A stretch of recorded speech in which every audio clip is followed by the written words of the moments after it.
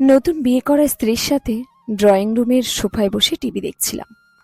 আর সোফার পাশে মেঝেতে বসে টিভি দেখছিল 10-11 বছরের কাজের মেয়েটি। ওর নাম শেফালি। দরিদ্র ঘরের মেয়ে, বাবা নেই, মা আছে। আমাদের গ্রামেই ওদের বাড়ি, সেই সূত্রেই আমাদের চেনে। ওর মা একদিন মেয়েকে নিয়ে গ্রাম থেকে আমাদের বাড়িতে এসে আমার মাকে বলল, মেয়েটিকে ছোট আমরা রেখে দিই, আমাদের এখানে থাকবে, কাজ করবে। মা রেখে দিলেন। তারপর থেকে মেয়েটি আমাদের বাড়িতে থাকে। মাঝে মাঝে ওর মা এসে মেয়েকে দেখে যায়। আমার স্ত্রী মেয়েটির দিকে তাকিয়ে বলল, তুমি নিচে কেন বসেছ? সোফায় বসো। মেয়েটি আমাদের এখানে আছে 2 বছর হলো। সে সবসময় নিচে বসে টিভি দেখে। তাকে কখনো আমরা সোফায় বসে টিভি দেখার কথা বলিনি। মেয়েটি তাই অবাক এবং কিছুটা ভয় নিয়ে আমাদের দিকে তাকালো। সে বুঝতে পারছে না কি করবে। স্ত্রী তখন উঠে গিয়ে মেয়েটির হাত ধরে দাঁড় করিয়ে সোফায় বসালো এবং হেসে বলল, এখন থেকে সোফায় বসে টিভি দেখবে, কখনো নিচে বসবে না। মেয়েটি জড়সড় হয়ে বসে টিভি দেখতে লাগলো। কিছুটা দূর থেকে মা দৃশ্যটি দেখলেন। পরে মা আমাকে তার রুমে ডেকে বললেন, আমাদের সৌভাগ্য যে আমরা খুব ভালো একটা বউ পেয়েছি। আর বাবা বললেন, বউটার যত্ন নিবি, আমি নিশ্চিত এই মেয়ে আমাদের জীবন বদলে দেবে, ঠিক যেমন তোর মা আমাদের জীবন বদলে দিয়েছিল। বাবার কথা অক্ষরে অক্ষরে মিলে গেল। শহরে আমাদের এক খণ্ড জমি নিয়ে 12 বছর ধরে মামলা চলছিল।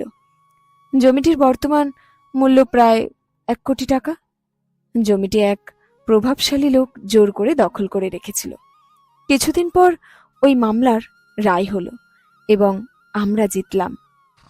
বাবা সেদিন আদালত কক্ষে আমাকে আবারও বললেন, বউটার যত্ন নিবি।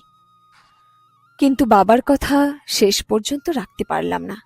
একদিন রান্নায় লবণ একটু বেশি হয়েছিল, তাই জন্য গলা চড়িয়ে স্ত্রীকে বললাম, কি রেঁধেছ এসব, মুখেই তো দেওয়া যাচ্ছে না।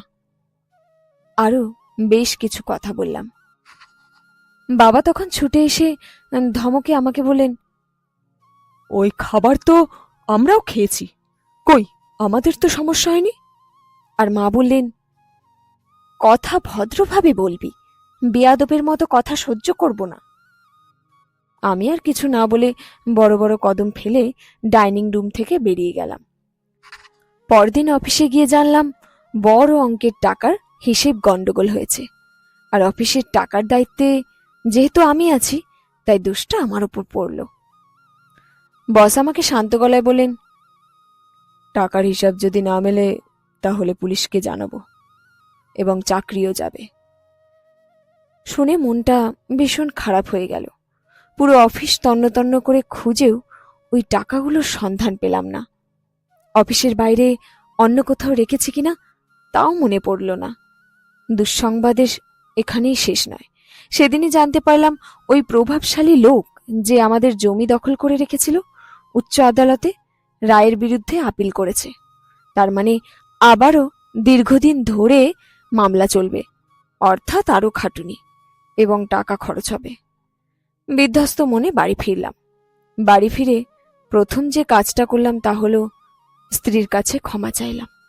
সেই সাথে বললাম, জীবনে আর কখনো তোমার সাথে বাজে আচরণ করব না, কথা দিচ্ছি।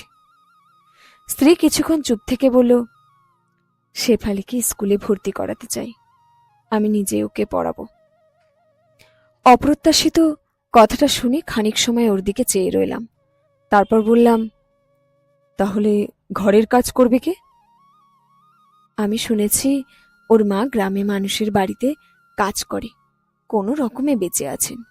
তুমি তাকে এখানে নিয়ে আসো, উনি আমাদের বাড়িতে কাজ করবেন, আর মা মেয়ে একসাথে থাকলে তাদেরও ভালো লাগবে।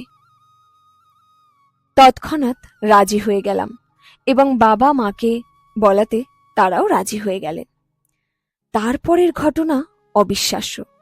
অফিসের টাকাগুলো অফিসেরই এক ড্রয়ারে খুঁজে পেলাম, অথচ সেদিন এত খোঁজার পরও কেন পাইনি কে জানে। আর দ্বিতীয় অবিশ্বাস্য ঘটনা হলো, ওই প্রভাবশালী লোকটি আচমকা মামলা তুলে নিল। লোকটির হঠাৎ এই মত পরিবর্তনের কারণ হলো, তার একমাত্র ছেলেটির ক্যান্সার ধরা পড়েছিল। সেদিন দুহাত ভর্তি মিষ্টি নিয়ে যখন বাড়ি ফিরলাম, তখন বাবা পুনরায় আমাকে বললেন, বউটার যত্ন নিবি।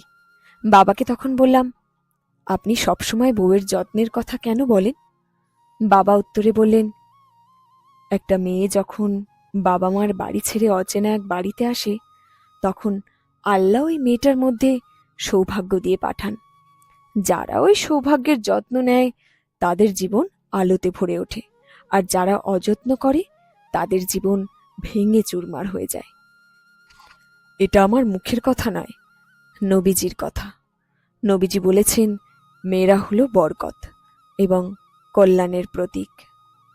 আমি তখন বুঝতে পারলাম বাবা কেন কোনো দিন মায়ের সাথে খারাপ আচরণ করেননি, আর সেজন্যই হয়তো শূন্য হাতে জীবন শুরু করে আজ উপরে উঠে এসেছেন। স্টাডি রুমে স্ত্রী তখন শেফালিকে পড়াচ্ছিল। মেয়েটা পড়াশোনায় ভালোই করছে। আমি দরজায় দাঁড়িয়ে স্ত্রীর দিকে তাকালাম। সে আমাকে দেখে হাসল।